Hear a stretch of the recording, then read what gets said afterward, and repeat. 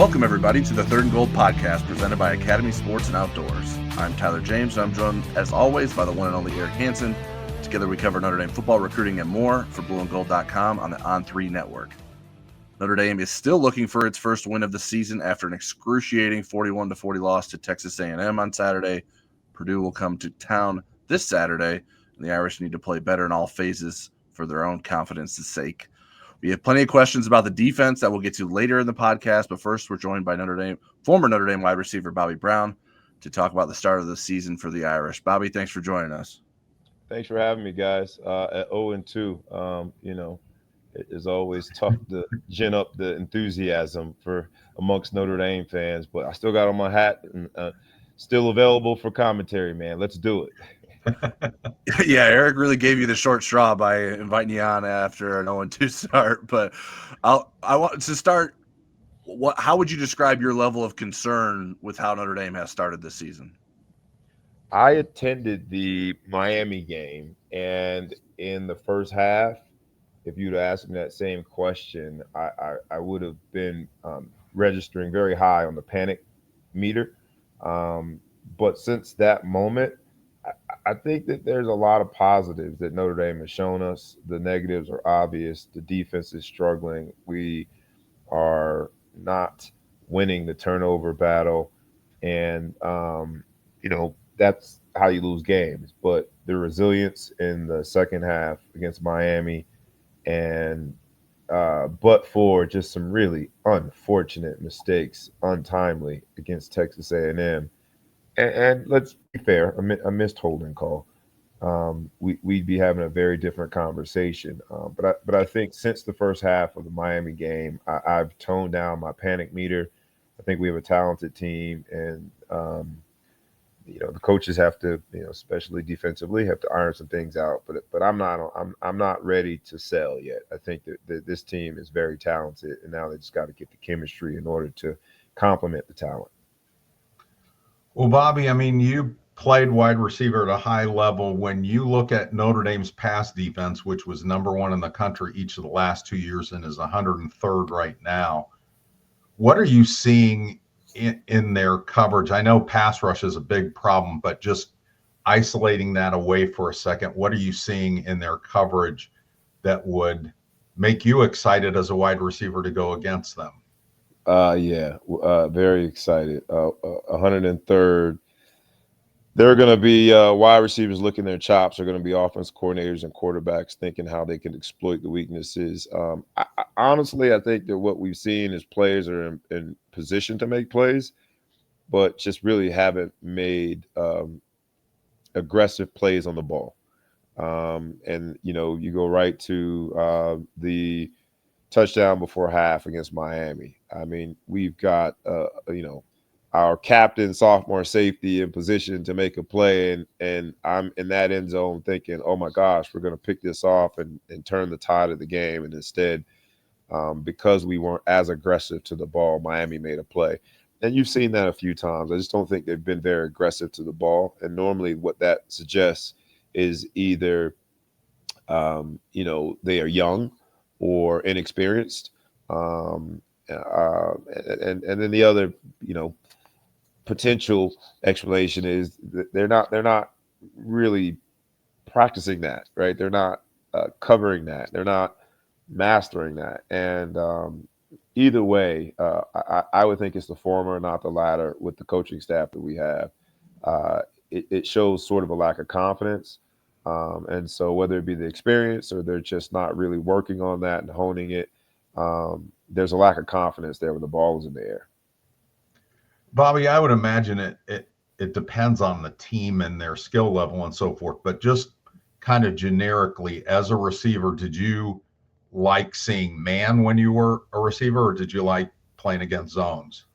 My eyes would light up when I saw man, and I think any receiver that you ask, they feel as though they're invincible, especially at that age. And to be a diva, which comes sort of hand in hand with being a wide receiver, you do have to feel invincible. You have to feel as though everyone on the planet is at a disadvantage if their defensive coordinator decides to put them in man-to-man. I don't care who it is, right? I had the pleasure of playing against Darrell Green in the preseason when I'm a undrafted free agent and they put him in man, and I'm thinking, oh man, he's done.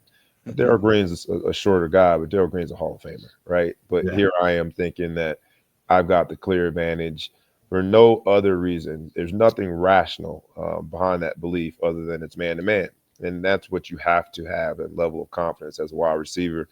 And I think that's where, what I've seen so far with our defensive backs is that's where we're lacking, right? Once you turn that confidence meter all the way up, just like the wide receiver is thinking that this guy on the other side, the corner or nickel, whomever might be playing man-to-man, or in certain situations, even a safety, the wide receiver is thinking he has no chance whatsoever. This is basically a foregone conclusion. Strike up the band. A touchdown's about to happen. And I think that when we get to the point defensively where our defensive backs, our corners, our nickel backs, our safeties have that same level of confidence, when they put them into a man-to-man situation, they're thinking that the offense has no chance, right? That there's a possible pick six about to happen. But at a minimum, there's a big play, a PBU, a pass breakup. There's going to be something positive that happens for the defense when we go man-to-man. And that confidence is a sort of a tug of war, right? And whoever wins that tug of war throughout the game normally makes the most plays. Bobby, you said you're not ready to hit the panic button. How much is that related to the faith you have in Marcus Freeman as the head coach? It might be solely related to the faith that I have in Marcus Freeman, to be honest, because I mean, when you got offenses racking up yards, and when you have we've just got some really untimely mistakes offensively. I mean, the Texas A&M where Carr's walking away from the center and collapse in frustration, and the center snaps the ball. That little 10-second snippet is essentially like it depicted our entire season so far. Is that we're in position to win. We do things that would be considered, honest mistakes. Right? There's nothing malicious about him, clapping in frustration. That you could see the frustration, you can understand the clap, and then you could also understand the center snapping the ball.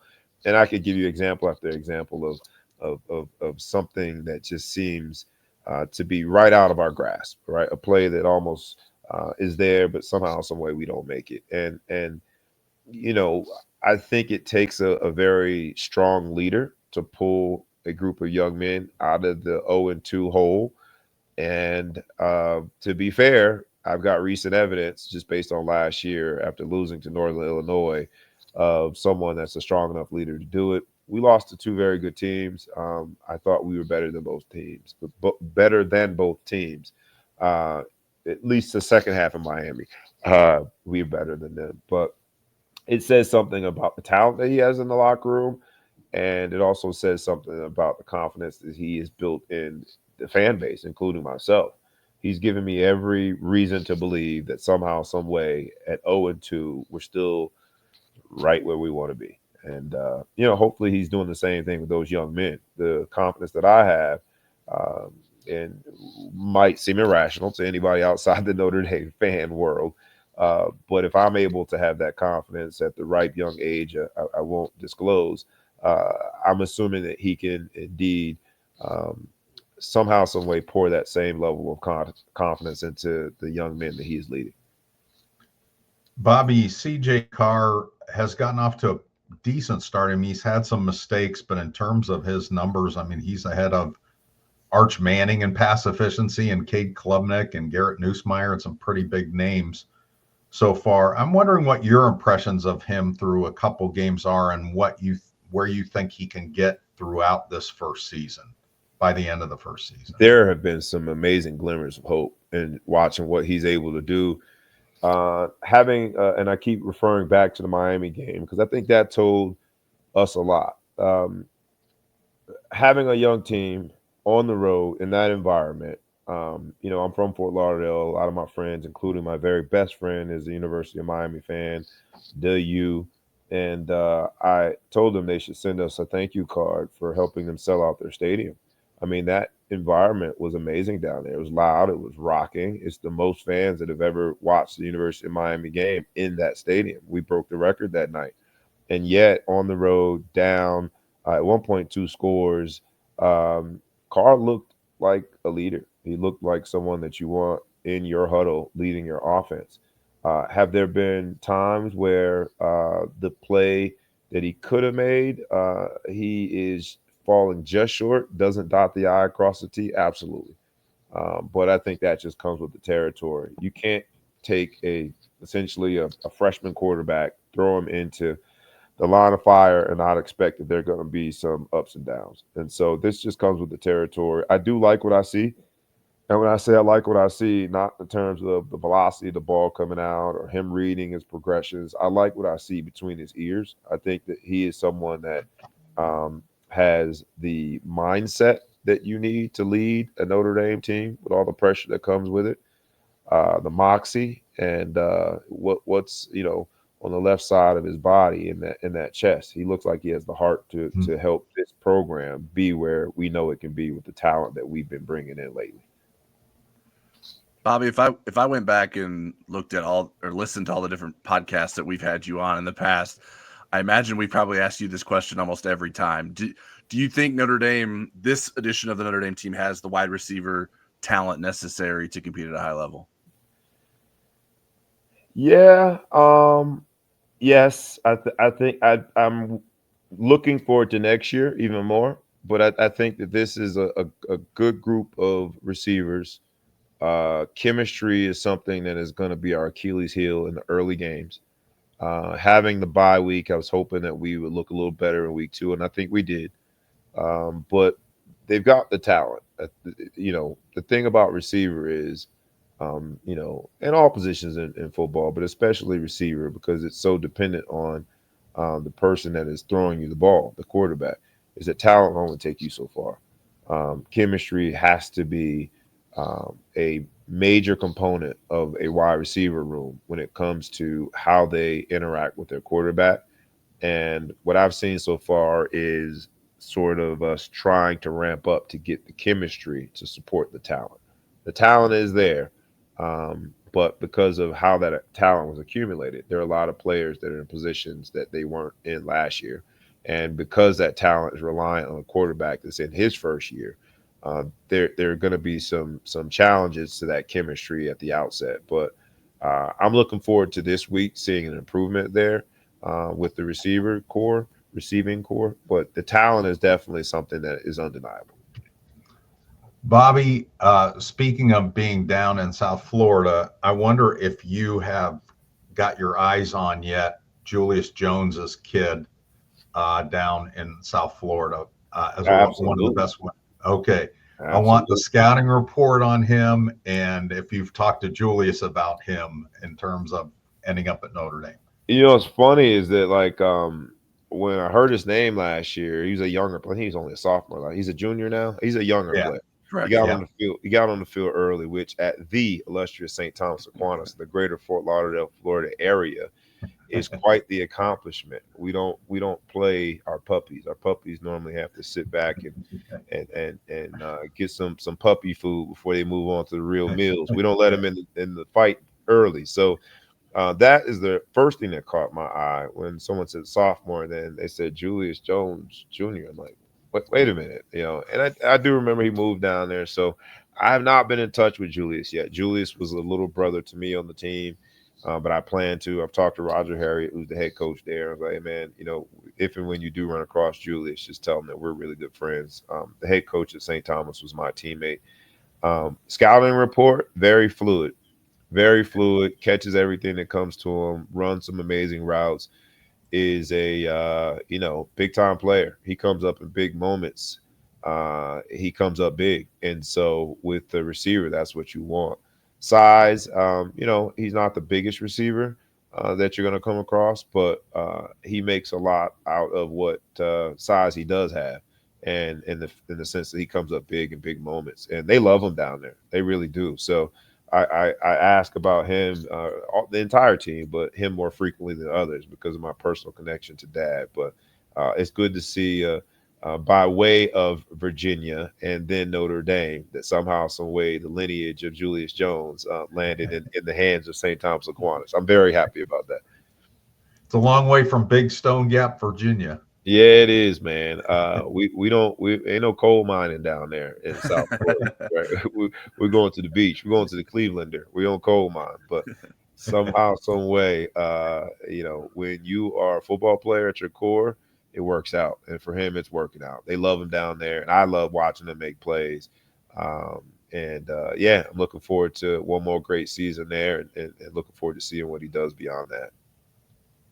Bobby, I think a lot of fans and some of us reporters as well thought that perhaps the last two games of last season for Jaden Greathouse would be maybe a springboard into this season in terms of ways that he can impact the game, and that hasn't necessarily happened so far to start the season. What is there anything that you've seen or noticed that why Notre Dame hasn't been able to get him as involved in the offense? Does Notre Dame need to make more of an effort to do so, or is there for some reason that he maybe sort of disappears from game to game, and even though he's wearing the number 1 on his jersey, isn't always the number 1 target? Yeah, and that's a heck of a number to wear at receiver too. I got to play with Derek Mays. I don't know, what I mean, because I have not. I will be fair and say this. Unless you're in the practices, it's hard to really know. So I would probably be able to ask you guys what you're seeing in practice that is leaving something to be desired. He's got the perfect frame, and you thought that last year, he had shown us some things, some promise, and you were hoping that in the beginning of the year he would take that and run with it.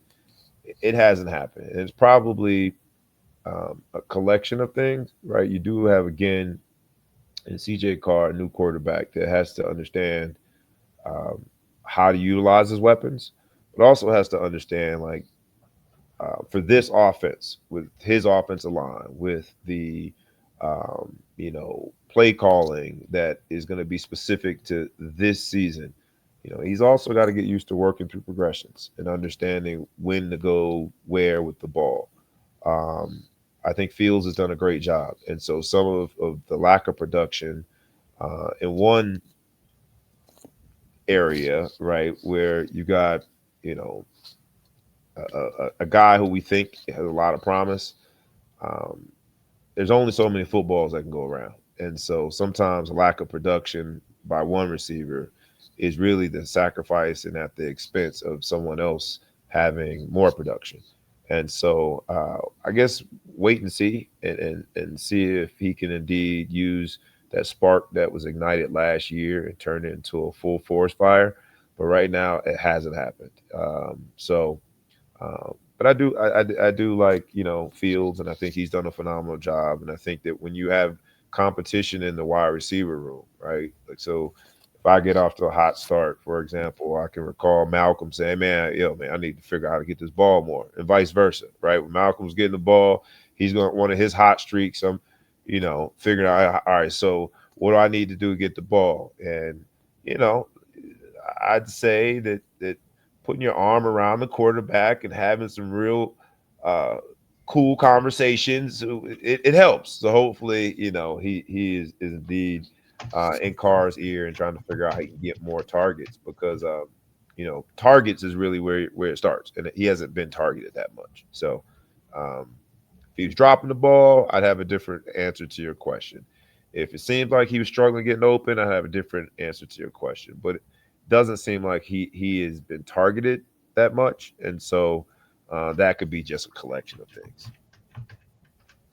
Bobby, when you were going through the ups and downs with the end of your career, team wise, how did you guys handle the negative stuff from the fans as far as the coaching staff? Did you guys pay attention to say, hey, they may have a point, or did you defend your coaches? Did you just turn the noise off? How as a player did you handle those kind of things? I mean, truthfully, you hear it, right? And so, and look, that's pre Facebook and Instagram and X and what's the other one? Whatever, Snapchat. They can get to these players so easily. So it would be disingenuous to tell the players, hey, turn off the noise. Truth be told, the way we dealt with it was, I was in a unique situation because, we've got a coach coming in that didn't recruit us. Our entire recruiting class was, we were Holtz's guys. But what we looked at it as is that when you walk into this locker room, you walk into the stadium, this is our family. And don't let anyone take away from the family bond that we have. And that family does include coaches. And so, just like we don't want coaches to turn on us when, we drop what could have been the game-winning pass, or, we don't want the coach to go on an all-out campaign, singling out the kicker when he misses the field goal, or in this case, Tyler Buckner, right? You want the coaches to have your back when tough times happen, as they will on the football field. No one is perfect. The only place people are perfect is on Instagram. That's because they got an edit function, right?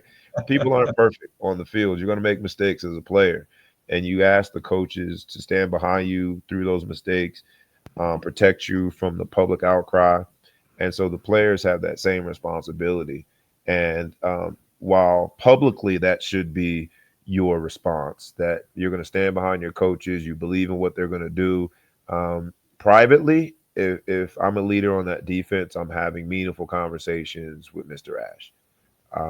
Privately, I'm having meaningful conversations if I'm in a position group that has been outstanding, or at least graded out very highly, and I compare that to another position group on defense that has not graded out very highly. I'm going to have a one-on-one conversation privately with those people in a constructive criticism type way, that shows them that, hey, I understand the game. B, I've got some suggestions of how we can improve. And C, and most importantly, I'm committed to making sure that we improve together. I've got your back.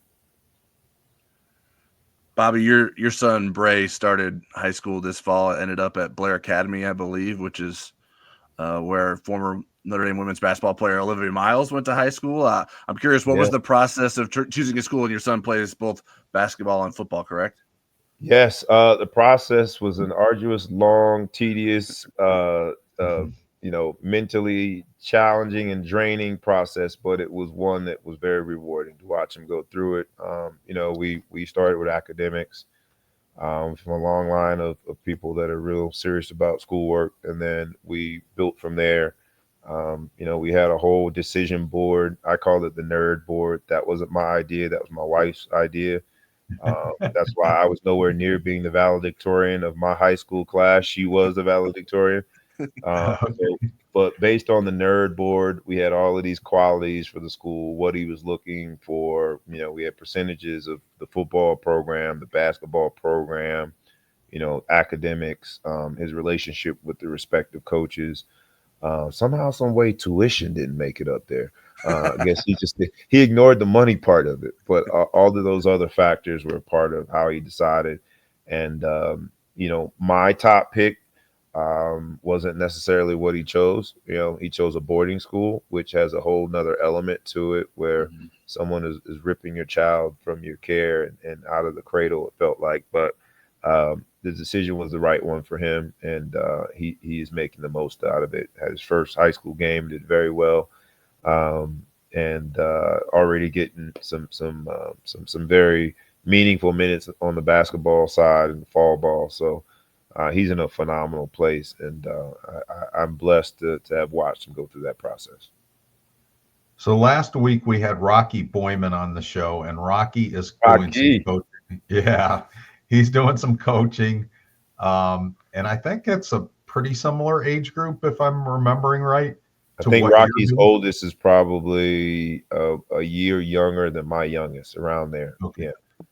So I'm curious what your coaching experience is like this year with that age group, and do you learn anything about football that you didn't know before? Or are you just imparting knowledge and wisdom? No, I'm glad. That's a great question. I learn every day. I literally learn every day. There was a coach that came up to me this past Saturday. We're doing a walkthrough. He's a new coach. He wasn't anyone that we had in the program. He runs up to me and he's like, I just watched you coach yesterday, man. I just want to tell you, like, your attention to detail is amazing, man. And I'm really looking forward to learning from you. And I thanked him for the compliment, and I turned it back on him. I was like, man, but that's what coaching is. Like, I'm also looking forward to learning from you.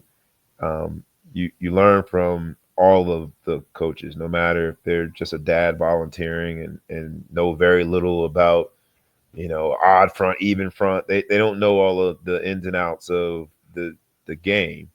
All the way up to guys that have played at the highest level. I brought in a guy last year who also has some NFL experience, and we learned from each other, and we also learned from the kids. Just how to communicate with them, how they respond to certain things. I learn more about life from them than I do football. But there's a very thin line between life and football when you're out there. So they're teaching me lessons while I'm teaching them lessons, and we just keep on, playing tag, if you will, by teaching each other lessons. But it's an amazing experience to be out there. I'm coaching the 12s, and throughout the country, the 12s is the highest number in terms of participation rate. More kids participate at 12 than any other age as they finally start tackle. They're finally starting to get ready for high school. And it's so much fun though, man. I'm addicted to it. I'm so addicted to it. My wife, she's just like, I literally, I don't, where's that? Here it is right here. I'm on the plane. I've got my play sheet. I'm drawing up plays on the plane itself. I go to like, I'm into it, man. I'm addicted to it. And so I'm not going to the 10-step program. I'm never fighting this addiction. This is an addiction that I'm gonna die with this one. So it is fun to watch kids watch the light bulb go off, and when they realize that mean strict Coach Bobby is really a lovable guy that's trying to help them navigate life by way of this game. And it's just so fun when they get it and realize that the game was just an excuse to teach you about life. So but we learn from each other. I'm learning from them every day. So for our listeners, Bobby had a flight today. And my question to you then is, if they asked you if you could do the emergency door, you say, no, man, I'm working on these plays. Exactly. Yeah, look, man, I'm trying to work on this elaborate shift. Someone else gonna have to get that emergency door, right? I got a flea flicker I'm dialing up here, baby. Yeah. That you flashed the play sheet at us. That looks very expansive. I'm curious, do you feel like youth sports have gotten that much more advanced from when you were growing up? Like, I don't remember when I was a kid there being giant play sheets or anything like that. But obviously, I wasn't maybe paying as close attention. But I'm just curious, like the whole aspect of it. I'm even like getting ready for high school to pick a high school. Does all of that feel so much more advanced than it was when you were a kid? It is, and so I'll bring back up Bray and his process. What we've done, my family, is we tried to balance it. Yes, it is because there's so much specialization. There are youth sports now that basically prohibit you from playing from your club team if you're in this level. And there are a lot of, basketball. My son has had an amazing level of success in basketball. So everyone asks me like, hey, man, when you going to get him off that football field? But we keep it siloed. He has so much success in football that the football people ask like, yo, man, you need to leave that basketball stuff alone. And I think that we've balanced it so much that it's normalized to us. But it's very intense, so intense. And I try to give them just a glimpse of what high school is going to look like with the proliferation of technology like Zoom. I can have them get a simulation of what it means to watch film, right? And what it means to be graded out during a game. And the whole eye in the sky theory. It's like, yeah, well, like the film tells me that you actually didn't block the person you said you blocked. And so it is more intense, but those of us who try to balance it, hopefully we do it in a healthy way. Because while they see that play call sheet and they get intimidated by it too, I'm explaining to them that, this is just a way so a coach just doesn't go off the rails, right? I explain it to them like, hey, that feeling when the ball's in the air, you're getting really nervous and, like your body just seems as though it lost all control. Same thing happens for adults. Same thing happens for coaches. When the emotions are really high, coaches make some really bad decisions if they don't have a guide. And so that's what the play sheet is for. So it's a good way of them making me more human to them. So I try to balance it though, but it is significantly more intense than it used to be. And the ones who do not balance it well are the ones that end up on some YouTube video, some real parents fighting and coaches cursing out kids. So I try to make sure I never end up on those reels. So my balance is on this side of it with some sanity in mind. Bobby, what are you all up to today besides the coaching? I know the coaching is big, but what else is going in your life these days? I still pay my bills working at a securities litigation firm, and I do civil rights at the firm as well. And then my partners and I are building out sort of a consultancy for sports entertainment to help across the landscape for young athletes. And what used to be unique, I was an NFL agent for 10 years. What used to be unique for professional athletes is becoming almost necessary for athletes all the way down to 9 years old now. And so we're helping parents, athletes, brands, schools. We're sort of a center consultancy helping people make better decisions when it comes to the sports entertainment space. So that's where I'm pouring a lot of my time. Obviously, I'm still doing my podcast. The Ball Hawk Sports Talk is still alive and well. So, and people can find that on YouTube. Where can they find that? Yeah, YouTube. You can find it on YouTube. We still do Fridays, every Friday, but trying to do better with putting in the podcast space. You can find it in the podcast universe as well.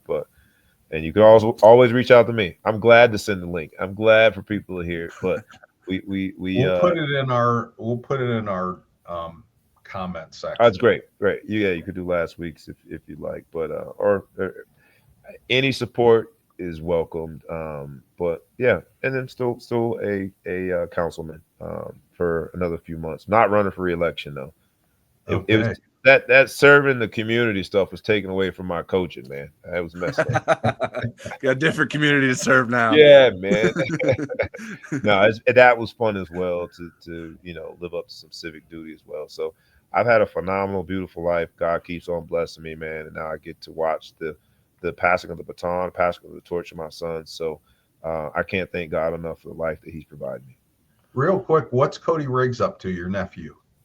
Cody is in Houston now. He is at Alliant Bernstein. They call it just Alliant now. Wealth management. He's doing high-end clients, doing very well. He took the grad degree that he got at Notre Dame, and after his NFL years, parlayed that into some opportunities in finance. Great. So he's still doing very well and working out like a madman. He puts me to shame. He's got these elaborate workouts. Like, my gosh, man. But he's doing phenomenal. Thanks for asking. Awesome. Well, Bobby, we really appreciate you taking time to join us, and best of luck with the rest of your football season. All right.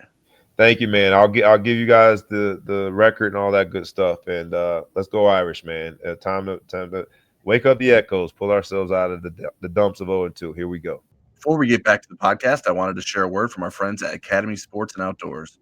Huddle up, football fans. Tailgate season is here, and nobody gets you ready for game day like Academy Sports and Outdoors. Swing by your local Academy store or shop online at academy.com to find everything you need, from grills to jerseys and more. Be a watch party legend with gear from top brands like Nike and Under Armour, all at unbeatable prices every day. With 8 Academy stores across Indiana and a new store coming to Mishawaka, fun can't lose, and neither can you. Gear up today at Academy Sports and Outdoors.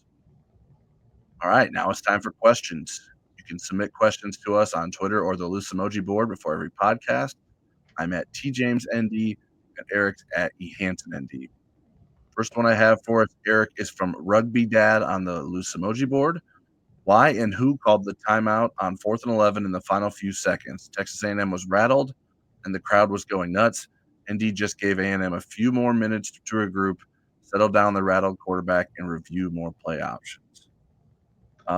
As far as I can tell, Marcus Freeman took the timeout. I mean, he seemed like he initiated that himself. I would imagine there may have been some other communication on the sidelines that led them to wanting to do that. My guess is they just wanted to make sure the defense had a cohesive plan. Notre Dame's coverage had been suspect most of the night, and maybe Notre Dame wasn't comfortable with the look that A&M trotted out. The first look before the timeout was a 3-receiver bunch to the left, and that was not what they came out with after the timeout. So maybe there was something about that look that Notre Dame didn't like. I understand Rugby Dad's perspective on Marcel Reed being – at least Rugby Dad believing Marcel Reed was rattled. I think his previous 5 passes were incomplete, and one of those was a holding penalty, so they still got yards. But the only thing that I would wonder is well, if A&M really thought that he was rattled, I think A&M still had a timeout, so I think A&M would have taken it. So they must have been confident in what they were doing too. So I'm not sure if I'm not sure the outcome would have been different. I think the play call would have been different based on the formation, but I don't know.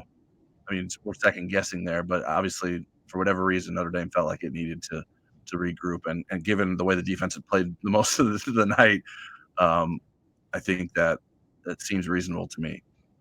Well, fortunately for me, I had a Texas A&M beat writer staying overnight at my house on Saturday night, and Mike Elko, what he told their media was that out of a different look, they ran the same concept. So they ran it to the other side, I think. Correct. Yeah. So who's to say if it would have worked out the same way, but Elko's tone was that he felt confident whether they called the timeout or not, they were getting that touchdown. They felt pretty good about it. And but yeah. And I'm glad Tyler went first with that, because we all have different duties in different games. Mine was writing the deadline story and hitting that button as soon as the game ended. So you kind of had to guess who won, or you had a lot of work ahead of you in the next few seconds. I picked wrong. Next question is from Benjamin Kozier at Irish Pride 0814. Is the tackling technique used by Christian Gray on the first quarter scoring drive one that is worked on in practice and or taught by the coaches?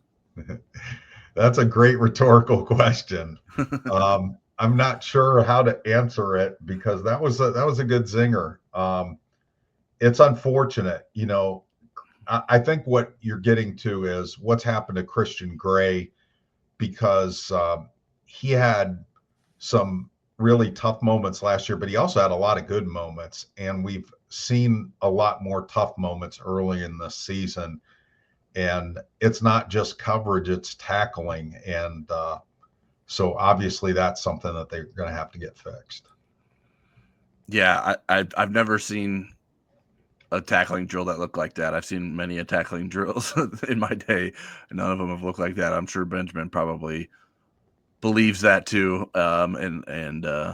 But I mean, maybe there's a chance that that was something that was taught, and wanted to see if that was the case. But I've never seen anything like that being taught.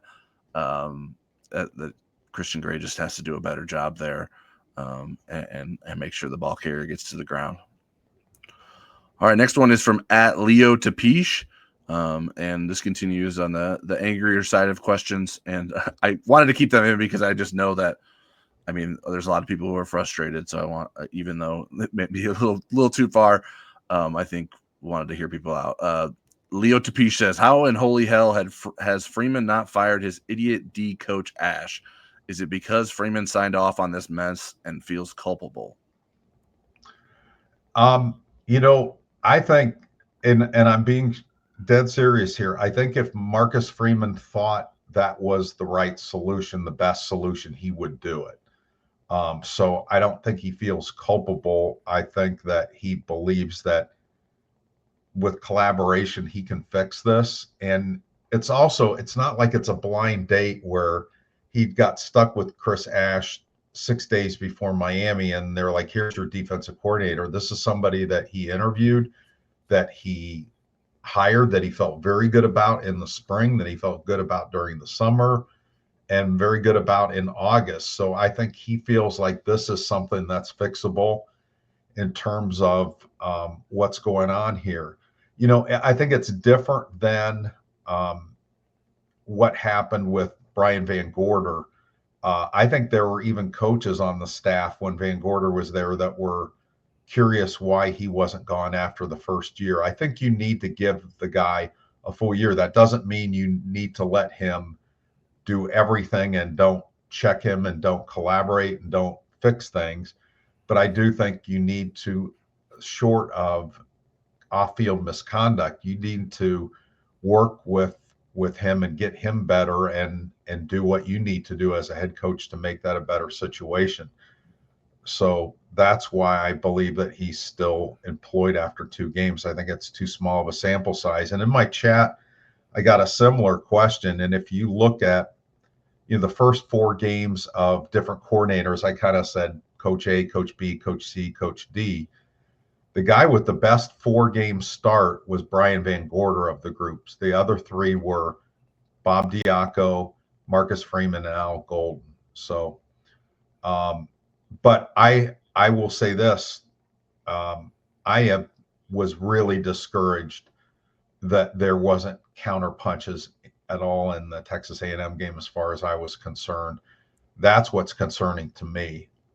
And so this Purdue game is a really important game for Chris Ash. And not saying he should get fired after the Purdue game, but he may lose responsibility and his voice may start to get muted.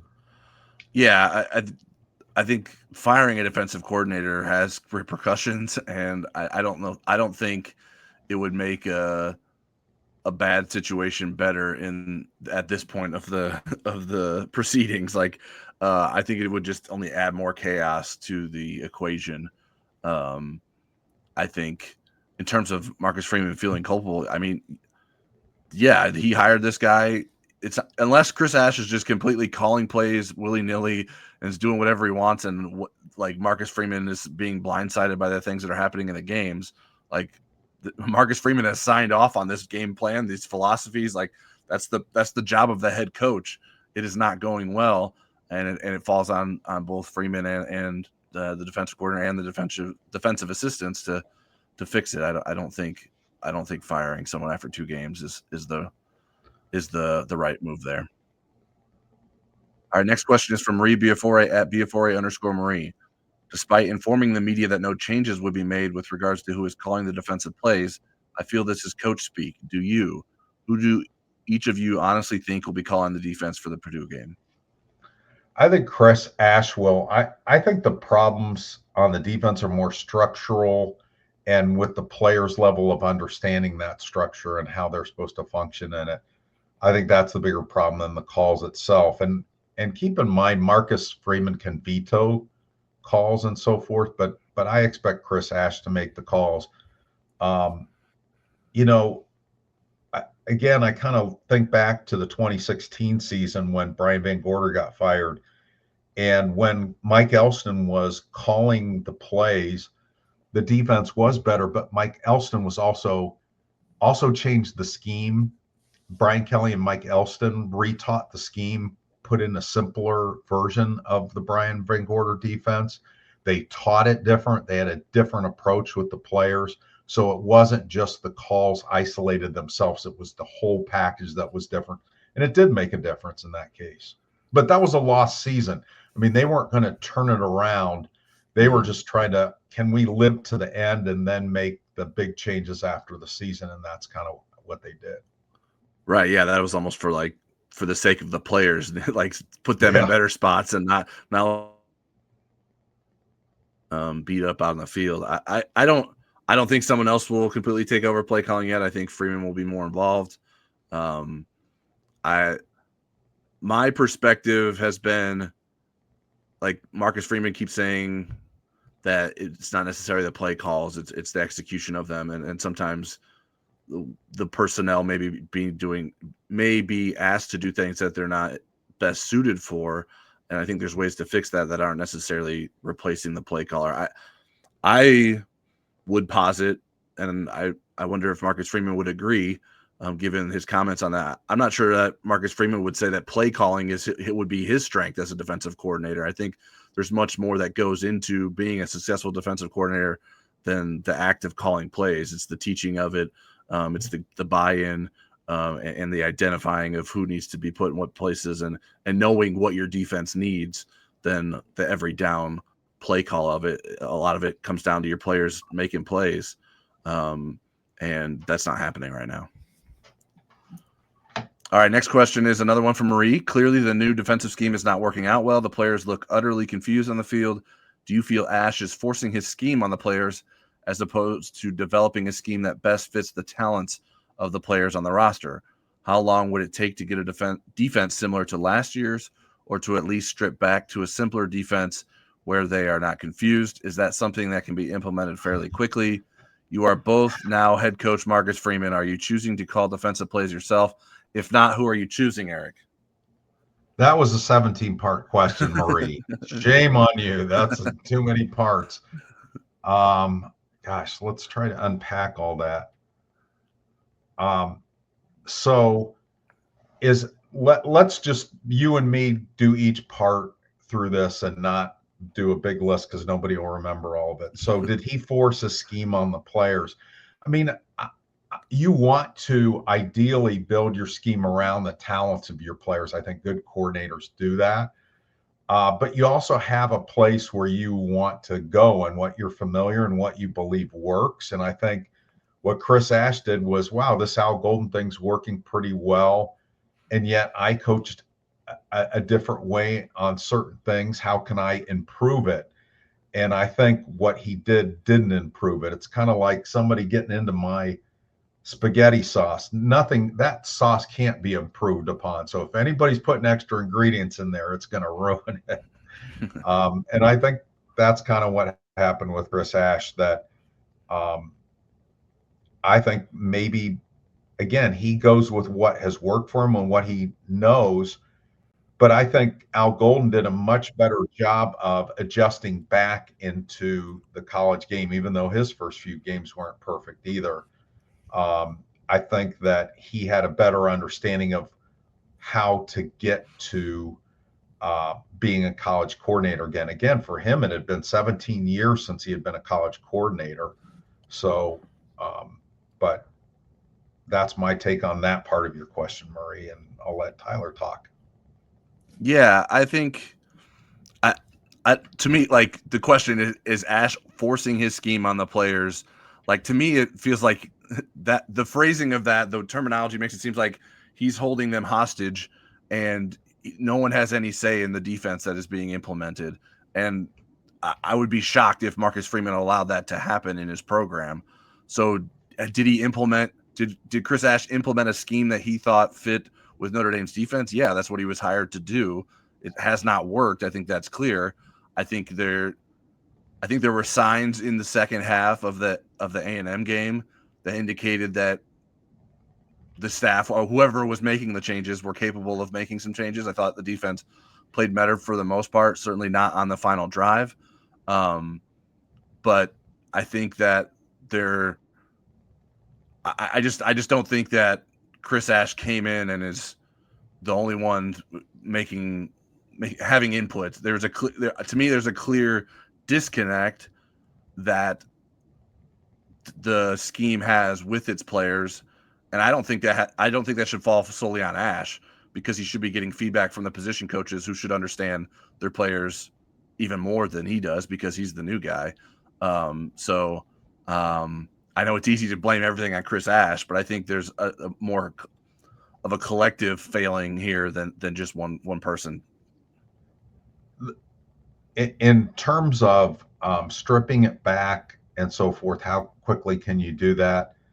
Again, I'm trying to think about the Brian Van Gorder firing that happened in week 4.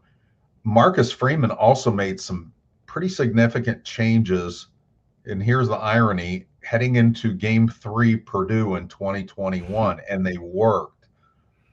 So he made some changes. I'm sure that Brian Kelly had a voice in it, but Marcus initiated those changes and said, okay, and he even talked about it, not this Monday, but the Monday before, about what that process was like and why it wasn't working for him when he walked in the door and why it had worked at Cincinnati. I think this is going to be a real key week. Not that Purdue is an offensive juggernaut, but I'll tell you what Arkansas is. I mean, they have the number one quarterback in the country in total offense in Talon Green. And you talk about Marcel Reed being a handful. This is Marcel Reed with superpowers. I mean, Talon Green is 6'6", 235. He averages 9.5 yards a carry. So Notre Dame needs to figure out what happened and how to fix the Texas A&M problem, because it's coming up in 2 weeks or a week and a half. And so getting simplified will help. It doesn't solve everything, but I think if it could get players playing faster, but I think there needs to be an evolution of this defense weekly as it goes forward, and that's hard to do in a non-bye week. Yeah, I think there are two different things that Marie is asking, and maybe intentionally. There's 17 different things. Well, in the one question, in terms of how long would it take to get a defense similar to last year's, or at least strip back to a simpler defense? I think those things are different. I don't think last year's defense wasn't necessarily simple. They just correct. They knew how to execute it, and they had guys who were experienced in it. I don't know that would work. Like, I don't think you just all of a sudden pretend to be Al Golden and pretend that everyone knows how to do last year's defense because you have new guys and new spots on the defense. I think the simpler version is the more expedient path to moving forward. And you've been practicing this way for months. Yeah, and if you're teaching the basics, like those don't change, right? Like, and that's what a simpler defense is. It's more basic and vanilla. And like, it's up to the defensive coordinator and the players to maybe disguise it in different ways. But also, like, if it's simpler, maybe the offense knows what it is, but that means you gotta beat them. Like, for instance, CJ Carr tipping plays with his feet. It didn't necessarily matter all the time for the Texas A&M defense. Notre Dame was still able to execute, even if they had a good idea whether or not he was running or throwing. All right. The last part of her questions are: you are both now Marcus Freeman. Are you choosing to call the defensive plays yourself? If not, who are you choosing? I'm going to keep. Again, I don't think the biggest problem is the play calls. I think it's play design. I think it's personnel and players playing hesitant. So I'm keeping him as the play caller for now. And but I'm working, Sunday through Friday on the solutions. That's where I'm putting my energy.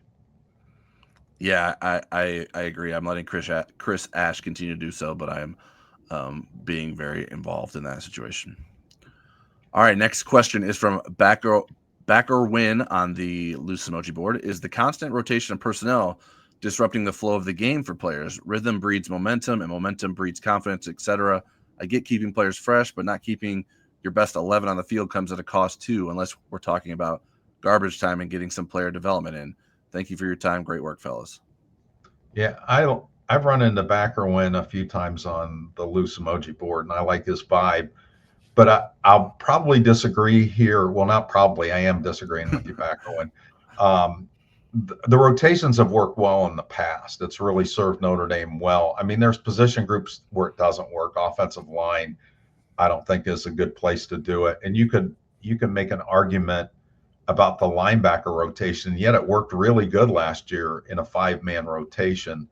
I think it's a little bit different this year, the way that they're playing. I mean, they've kind of eliminated the rover position. But so for me, it's like, take Jalen Sneed. He played 22 snaps in that game, fewest of the 4 linebackers. And Jalen Sneed's superpower last year, for lack of a better term, I'm not caffeinated enough to think, but was playing different roles. You weren't sure if you were in the offense where he was going to line up, what his role was going to be. So he could be a traditional rover. He could be an inside backer. He could be a pass rusher. He could do a lot of different things. I don't see that happening with this linebacker rotation. But I do think right now they're not confident enough to rotate the young guys in at cornerback, but I think that would be helpful at some point to be able to do that. And yet I think if Devontae Smith is healthy, I think rotating at that spot isn't a good thing. But he wasn't healthy.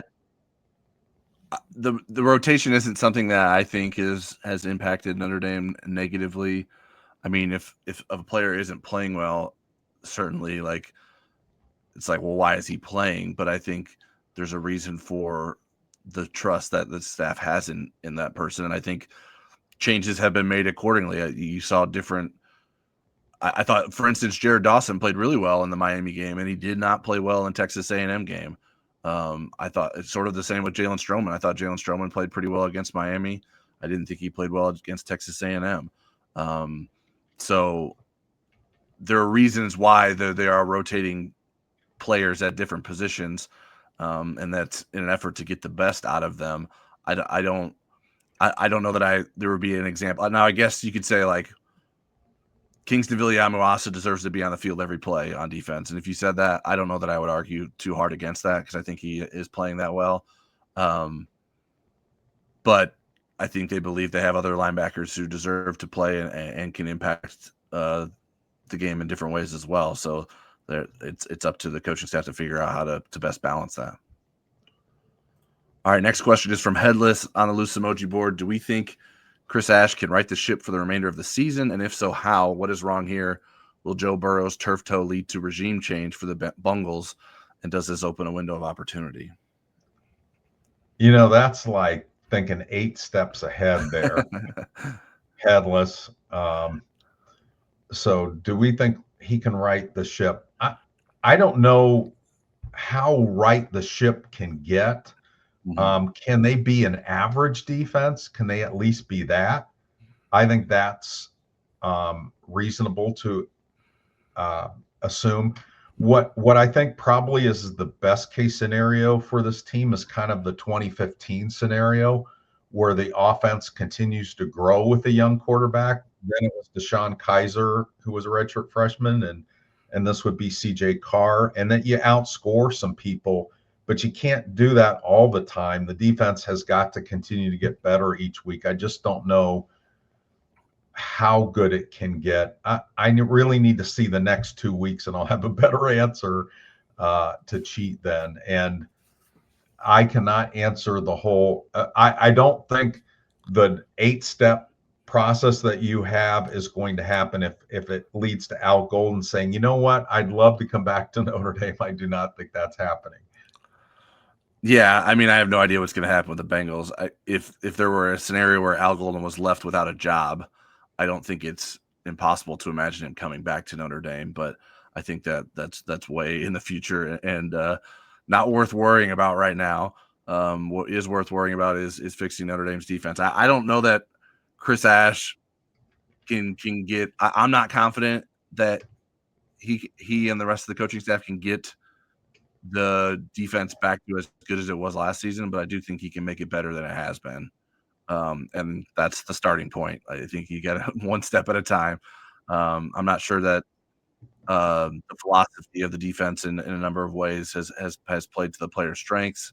I did something in a film analysis for blueandgold.com that illustrated how on all these explosive plays that Texas A&M had in the passing game, there was no press coverage. There were no hands on those receivers. They were getting free releases in every instance.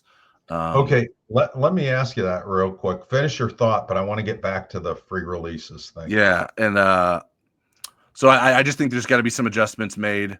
I think the man versus zone is a little bit out of proportion in terms of people focusing on it.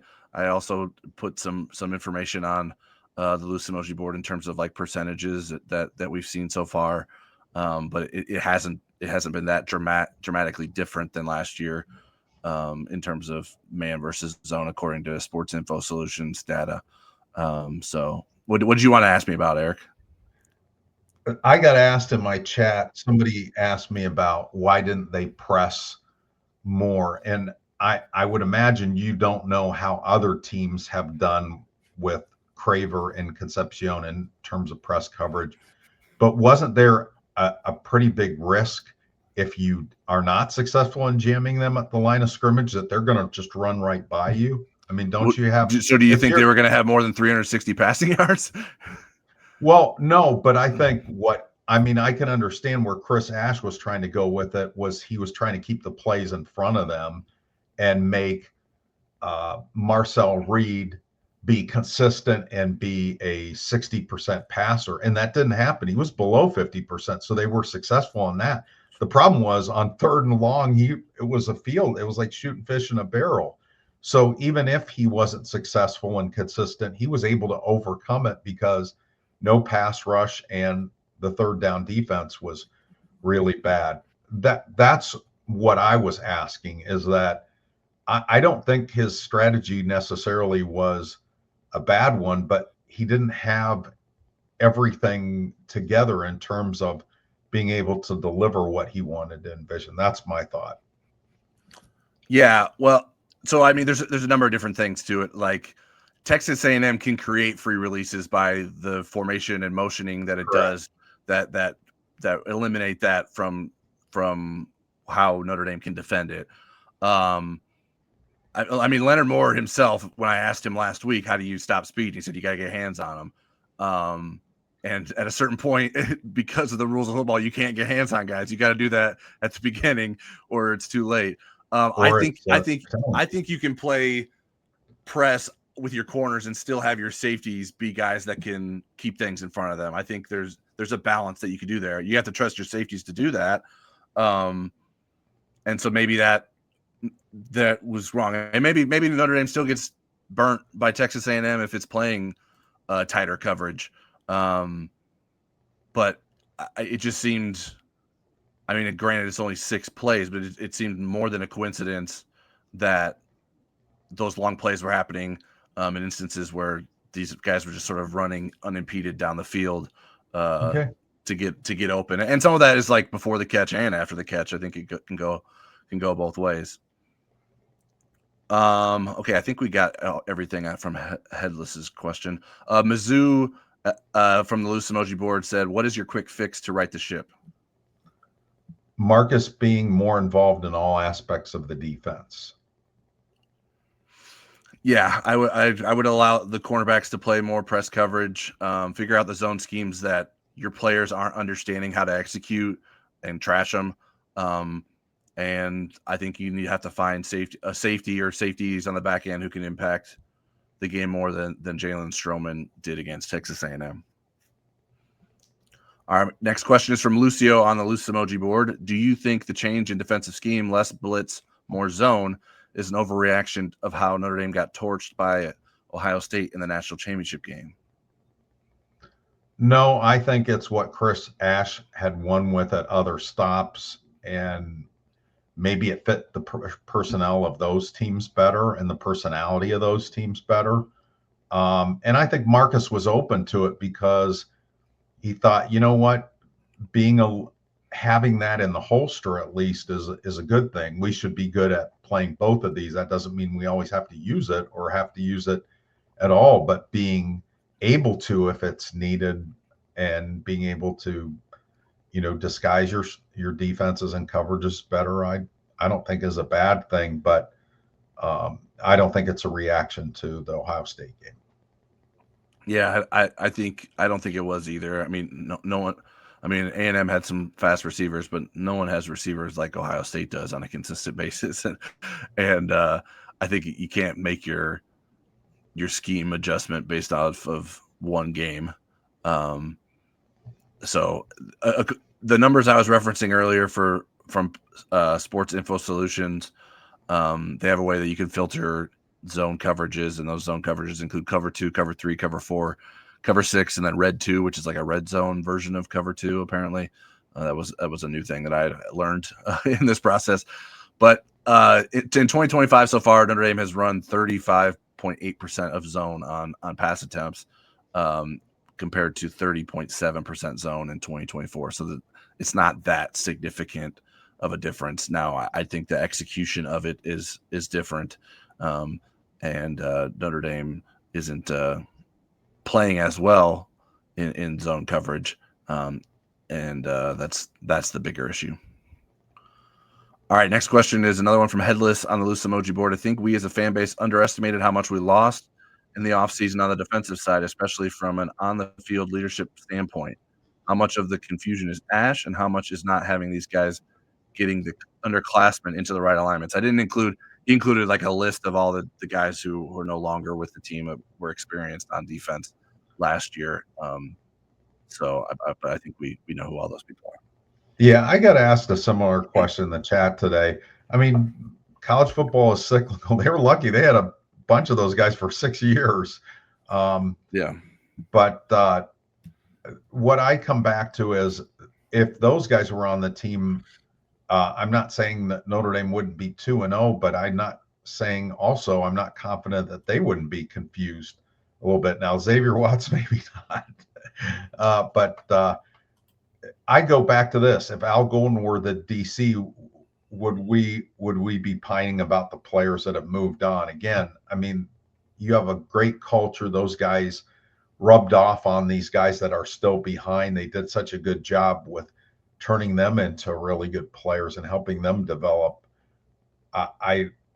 I'm going against it. Otherwise, you would be pining for the players every year that left, and you'd never have a good team again.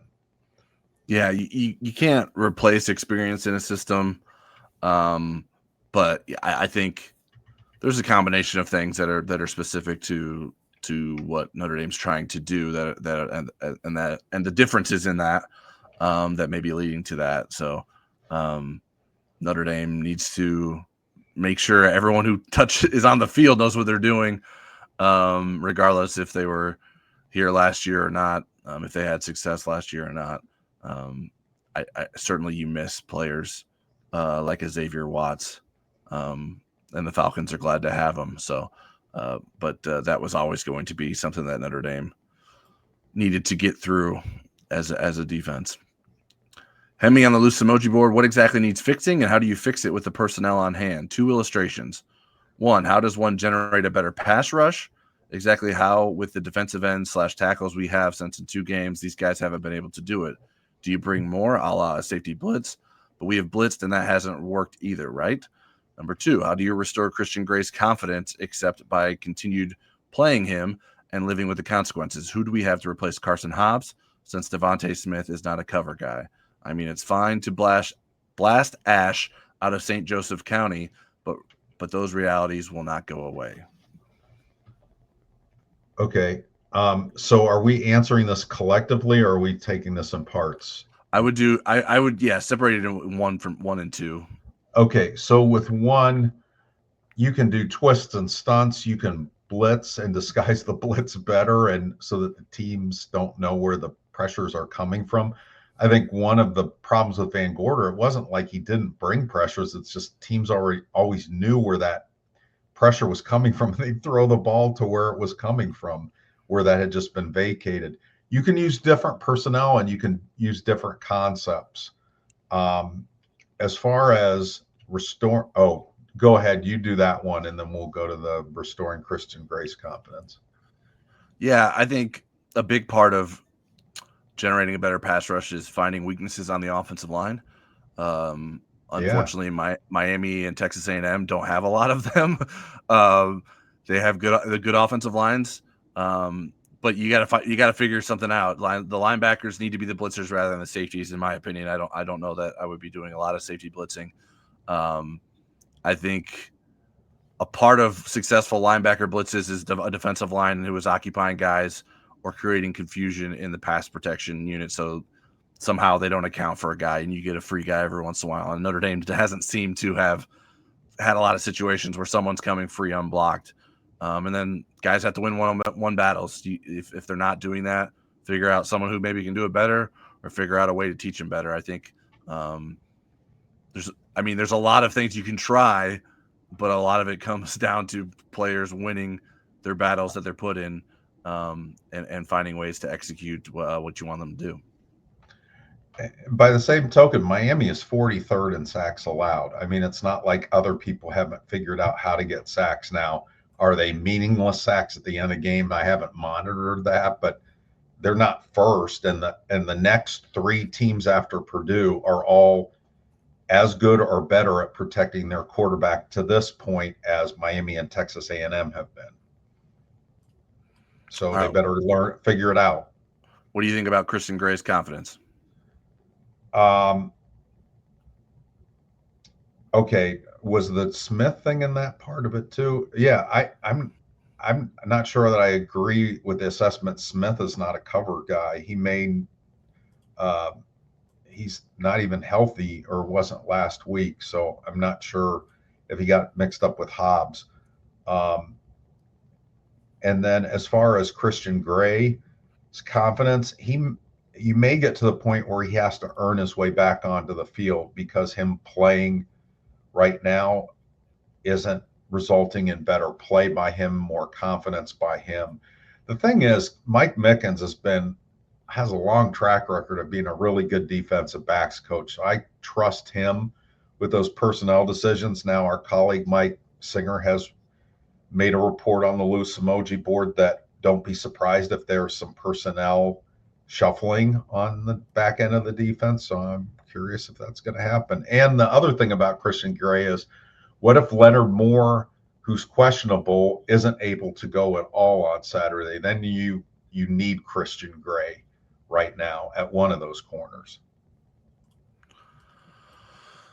Yeah, I was trying to figure out if I could find the Miami sacks in terms of who got sacked, but Miami's athletics website is not very convenient. In terms of Christian Gray's confidence, I think he is inherently a confident player. I'm curious if he's physically compromised. I know folks have noticed that he's been wearing a harness on his left arm, shoulder, and what to what extent that is limiting his ability to be physical with guys. I think he's been through enough ups and downs that he can get through this. But he's gonna. The only way you get through it is by going through it. I think maybe there's a way Notre Dame can get him off the field in some situations to give him a break, where he's not playing every down like Leonard Moore is. Maybe there's a way to put him in different situations. Maybe he should take some more boundary reps, and let Leonard Moore play to the field. I think there may be some different things that Notre Dame can try to do there. Dallas Golden is the nickelback that I'm interested in terms of someone as a freshman who I thought would be able to compete. We'll see if that comes true. And I agree. I'm not sure that Smith can't cover, because Notre Dame brought him in for a reason. And I think what's clear to me, maybe most clear in Notre Dame secondary, is that Carson Hobbs can't be the every down nickel. I think Notre Dame needs to rotate with him and Devontae Smith, which I think was the plan, or figure out something else. All right, next question is from Hemi on the loose emoji board, and I think that was also a Hemi question. So another question on the podcast yesterday, someone said that even when we played zone, our defensive backs don't seem to know how to cover. How is this fixed? And then and then he went on to say, of course, none of those questions seem to address Eric's conundrum. Is this what we are going through? Is what we are going through the normal defense getting used to a new coordinator, a la Freeman in 2021, Golden in 2022, and now Ash in 2025, with the notion that we will play faster under Ash in 2026 and 27, as we did with Golden in 2023 and 24? Or is it a reincarnation of Brian Van Gorder so that the faster we can pay for his airline ticket out of Dodge, the sooner we can once again bring our defensive numbers out of the triple-digit stratosphere? I think the reality is probably in between those two. I remember when Marcus had his struggles as defensive coordinator in the first couple games. I had watched Marcus a lot at Cincinnati, and I thought, man, this guy, if Notre Dame could get somebody like him, it would really be great. And then they did get him, and then it wasn't great in the first two games, and then suddenly it was. But I had confidence because I had seen and I kind of had proof that it could work. With Van Gorder, when you looked at his resume, other than being a Broyles Award winner a decade earlier, there wasn't a lot on his resume that suggested success at the college level as offenses became more modern. And it came up and bit him about halfway through the season when North Carolina said, you know what, let's spread them out and throw tempo at them. And they scored 40 some points. And then the other teams on the schedule said, gosh, some of us aren't tempo teams or spread teams, but let's do that. And they did. They have found a template to shred the Brian Van Gorder defenses. With Chris Ash, it's kind of in the middle. He had success as a co-defensive coordinator on a national championship Ohio State team. He improved Texas. They weren't good enough to save their head coach from getting fired, but they did get better in the 1 year, not dramatically so, but it was a decent improvement from the year before when he was Texas's defensive coordinator 5 years ago for 1 year.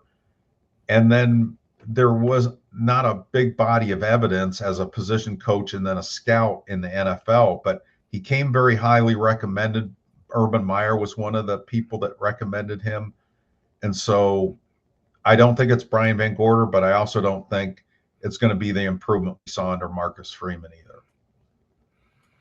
Yeah, I think it could be an adjustment phase. I think what I'm curious to see is like how much is this, and I mentioned this in postgame takeaways tonight, how much is this related to the offenses that Notre Dame is playing against? Like both teams had quarterbacks who played fearlessly. Does everyone else have quarterbacks that can play like that? Maybe when they're not pressured, that allows them to play more fearlessly. But both of those teams have good offensive lines too. So will Notre Dame be able to generate a pass rush better against lesser offensive lines than the two it just went against? The receivers too, like they had receivers who could go make plays. Do a lot of teams have guys that can make plays like Mario Craver, KC Concepcion, CJ Daniels, and Malachi USC does. Yes, USC does. But they don't play USC every weekend. I don't think Purdue does, but we'll find out on Saturday. Arkansas's offensive numbers are pretty impressive. Yeah, they've played one real game. The Ole Miss game it puts respect on Arkansas. Their other two games are against teams that you wouldn't know. You don't know if they have football teams or not. I think the other thing is just like why did Notre Dame think its defense was better than it is? And that's a good question. That's a good question. I almost asked Marcus that what in the preseason process was missing, that could help them next year and being able to nail that down. Yeah, and that's why can Notre Dame now adjust, knowing, you know what, we're not as good as we thought we were. So we need to do these things that help maybe defenses that aren't as talented or aren't able to execute the things that we thought they could execute. So that would be maybe the optimistic way to look at why there may be a way that Notre Dame can sort of adjust on the fly here. All right, at Bleachers Bobby, I know we're going long here, but there were so many questions after a performance like that. I think we're done with defensive specific questions, at least. At Bleachers Bobby said, do you think the Notre Dame coaching staff is maximizing the players' performance on the field? If not, what changes would you make? I'm going to sound like a broken record. No, and I would simplify the defense and then evolve it to take advantage of my players' strengths. A lot of these players in a different scheme with a different coordinator were better players. Yeah, I agree with you as well. LDL Go Irish on the loose emoji board gets us into some offensive questions. So probably not as long-winded answers, but what can we expect on offense? CJ Carr is averaging 257 passing yards per game. Riley Leonard's highest game was 255 against Ohio State. The defense, while learning its craft and who can do what, would benefit if the offense kept the ball for 40 minutes a game. So what do we look for?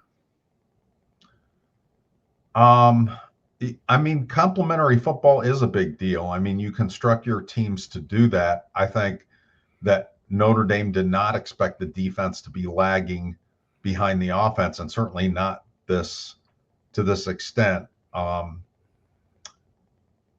But I think it's game specific. If you have a lead and you don't have confidence in your defense, you can sit on the lead. It's just that Notre Dame didn't have the lead late enough where they could sit on the ball. They want to be a more dynamic offense. They don't want to just they don't want to be Navy.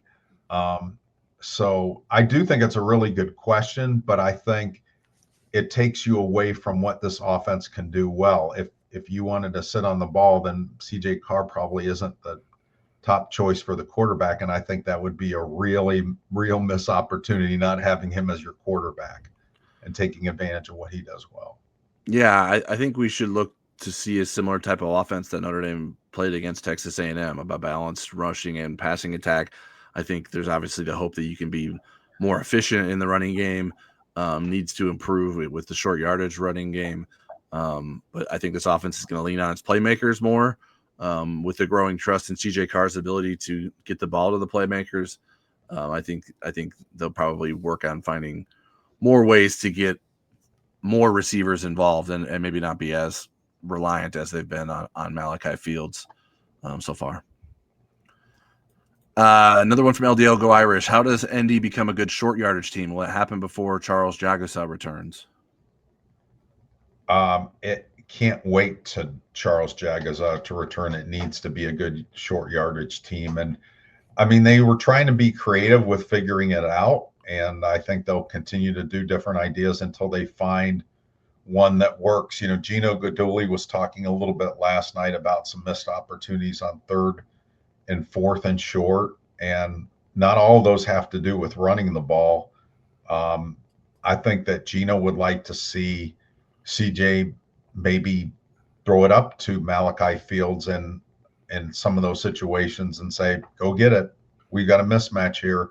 We have faith in you to go up and get the ball. Now, I think he's going to be really good.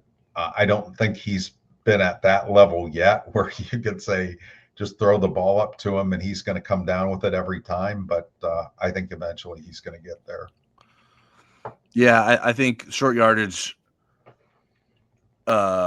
amplifies and magnifies the need to have everyone who's blocking up front to be working together. Like one guy getting through can ruin it.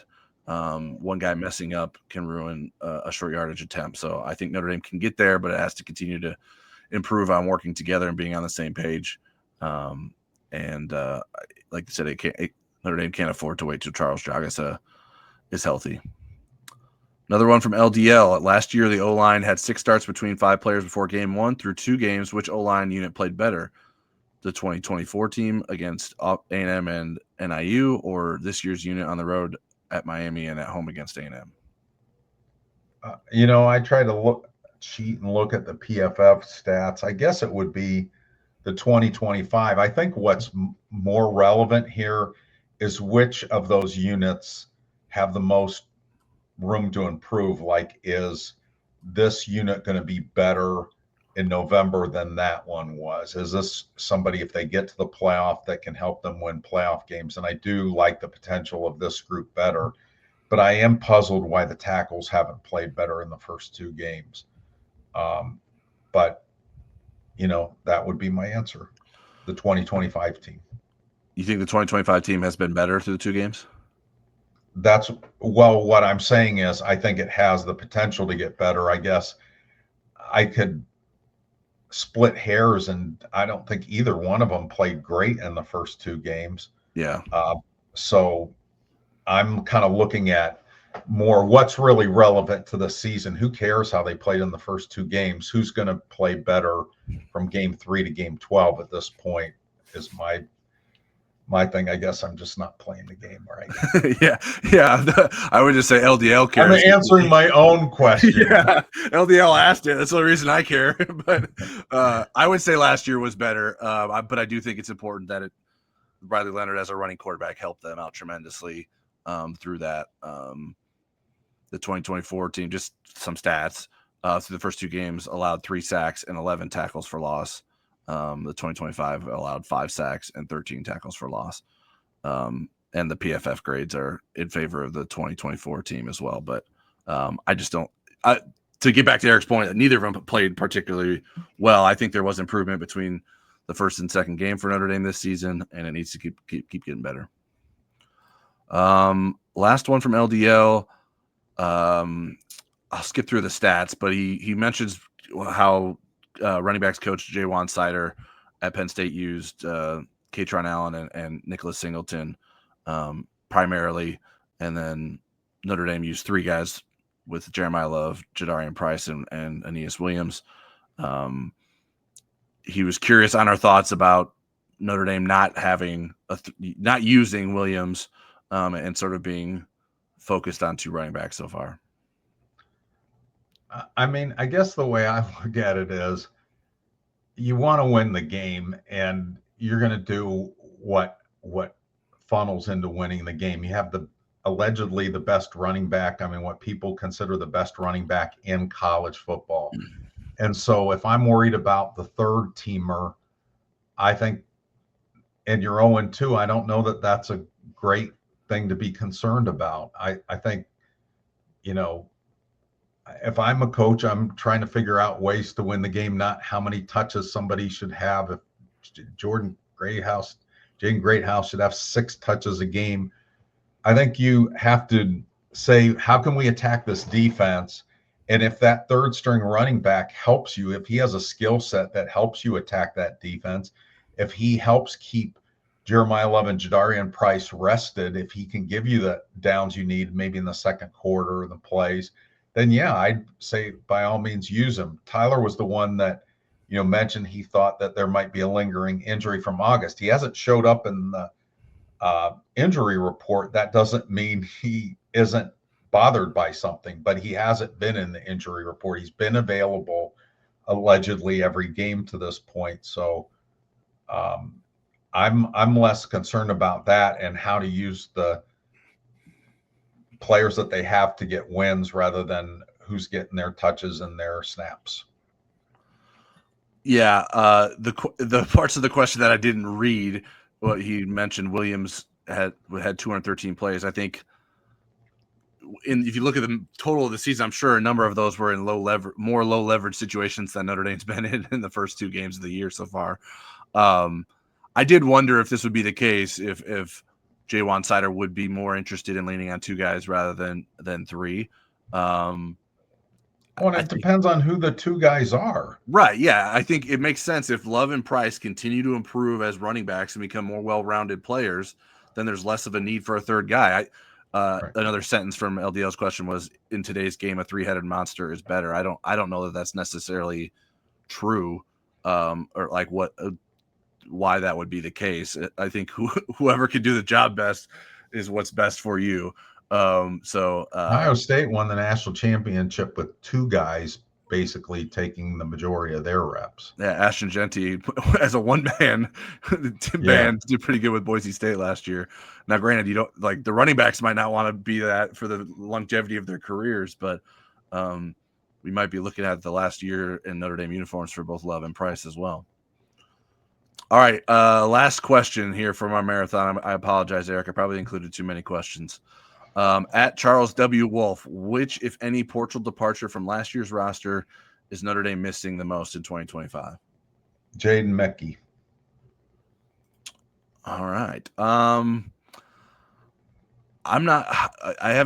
don't know that he's been playing a lot at Boise State, so I'm not sure that I would agree with that.